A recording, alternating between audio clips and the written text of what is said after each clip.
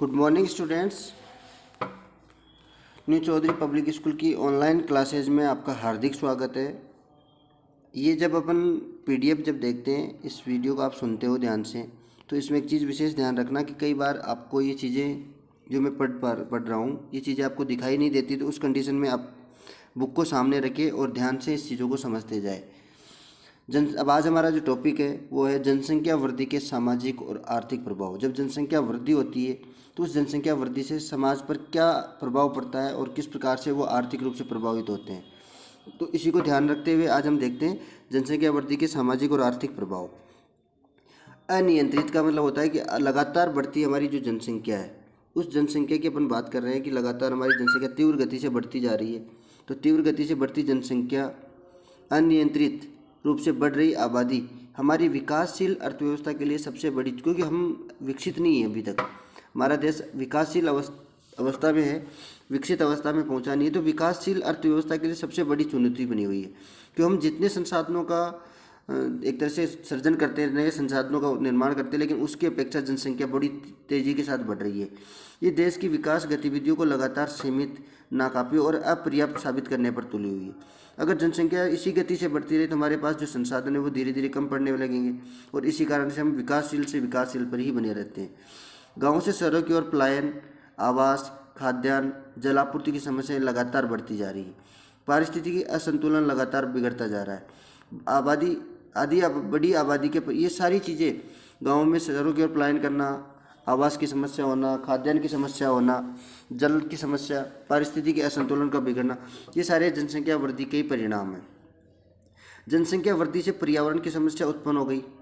व्यक्ति ने भौतिकवादी सुविधाओं के चलते प्राकृतिक संपदाओं का निर्माण, भौतिकवादी सुविधाएं प्राप्त करने के लिए व्यक्ति क्या करता है, हमारी जो प्राकृतिक संपदाएं हैं उन संपदाओं का निर्मम और असंवैधानिक तरीके से विदोहन, यानी बहुत ज़्यादा मात्रा में उनका दोहन कर रहा है, जिससे हमारी प्रकृति असंतुलित होती जा रही है।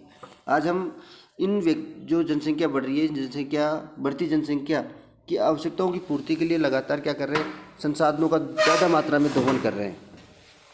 आधुनिक खेती के नाम पर कीटनाशक और रासायनिक उर्वरकों का बहुत ज़्यादा प्रयोग किया जा रहा है, क्योंकि हम क्या कर रहे हैं, वर्तमान में ज़्यादा उत्पादन हेतु रासायनिक उर्वरकों का प्रयोग किया जा रहा है, जिससे लोगों के स्वास्थ्य पर प्रतिकूल प्रभाव देखने को मिलता है।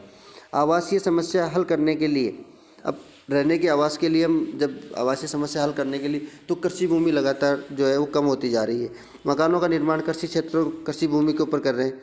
यदि यही स्थिति रही तो कुछ समय पश्चात खाद्यान्न समस्या हमारा विकराल रूप धारण कर लेगी, क्योंकि इस स्टेज में हम पहुंच जाएंगे कि जो कृषि योग्य भूमि है, उस कृषि योग्य भूमि पर हम क्या कर रहे हैं, लगातार मकानों का निर्माण करते जा रहे हैं, जिसकी वजह से खाद्यान्न की समस्या ज़्यादा होती जा रही है।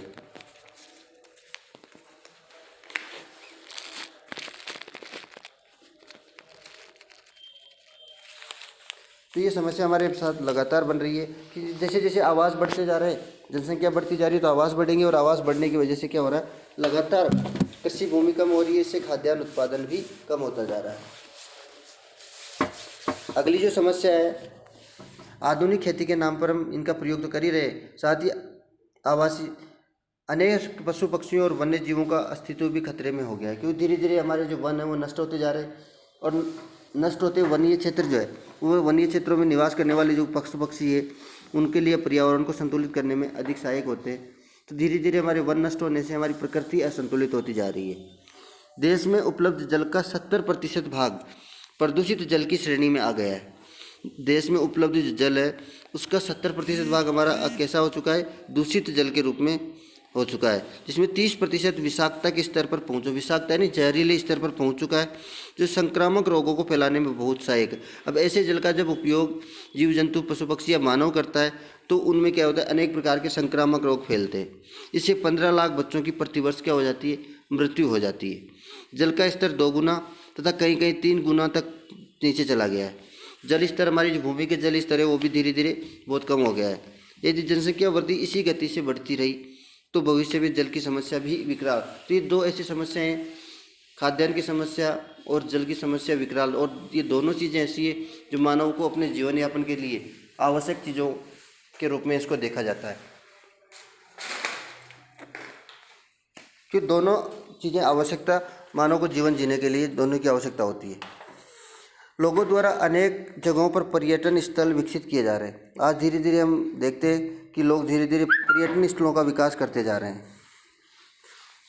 जिससे भी लोगों में क्या हो रहा है, उन जगहों पर एकत्रित होते हैं और गंदगी और कूड़ा करकट फैला कर प्रकृति के साथ छेड़छाड़ करते हैं, जिससे अनेक औषधि युक्त पौधे भी विलुप्त होने के कगार पर है। प्रकृति के साथ अनावश्यक छेड़छाड़ करने से प्रत्यक्ष या परोक्ष रूप से मौसम परिवर्तन, समुद्र और जीव जंतुओं पर प्रतिकूल प्रभाव देखने को मिल रहा है। तापमान में लगातार वृद्धि होने से बर्फ सामान्य से अधिक मात्रा में, जो जितनी मात्रा में बर्फ पिघलकर समुद्रों में मिल रही थी उससे ज़्यादा मात्रा में पिघलने लगी है। साथ ही कार्बन डाइऑक्साइड जैसी ग्रीन हाउस वाली प्रभाव वाली गैसें भी लगातार बढ़ती जा रही है, जो मानव के जीवन पर प्रतिकूल प्रभाव डालती है।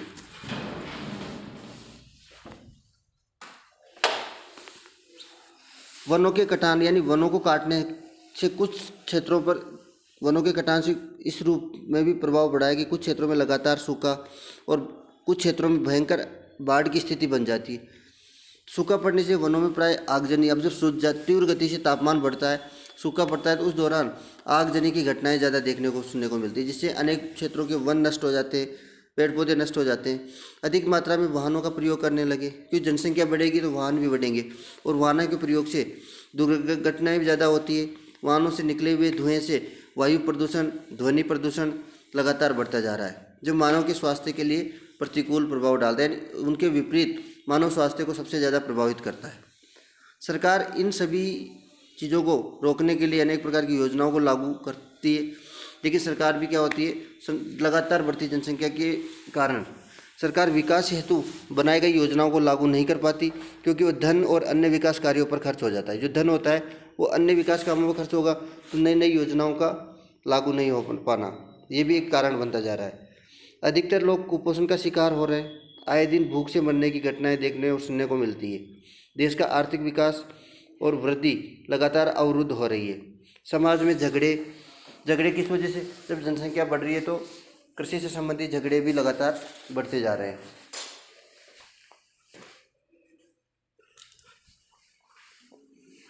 जातिवाद, धर्मवाद, क्षेत्रवाद आदि को लेकर के प्रोत्साहन मिलने से कानूनी व्यवस्था भी लगातार प्रभावित हो रही है। बेरोजगारी की समस्या का सामना लगातार लोगों को करना पड़ रहा है, क्योंकि जनसंख्या बढ़ेगी तो हमारे पास इतनी मात्रा में इतने विकल्प नहीं है कि सभी लोगों को रोजगार दे सके। जानलेवा बीमारियां जैसे एड्स, यौन रोग, पोलियो, कचरा, चेचक आदि के संक्रमण का खतरा भी लगातार बढ़ता जा रहा है। तो ये सारी चीज़ें, ऐसी बीमारियां, संक्रामक बीमारियां जो है वो लगातार बढ़ रही है। इसी कारण से बहुत ज़्यादा प्रतिकूल प्रभाव मानव पर देखने को मिलता है। तो इसी के साथ हमारा ये आज का चैप्टर जो है वो चैप्टर तो पूरा नहीं है, टॉपिक कंप्लीट होता है। नेक्स्ट वीडियो में हम देखेंगे जनसंख्या वृद्धि को नियंत्रित करने की क्या क्या उपाय है, किस प्रकार से हम जनसंख्या को बढ़ने से रोक सकते हैं, उसके बारे में देखेंगे। धन्यवाद।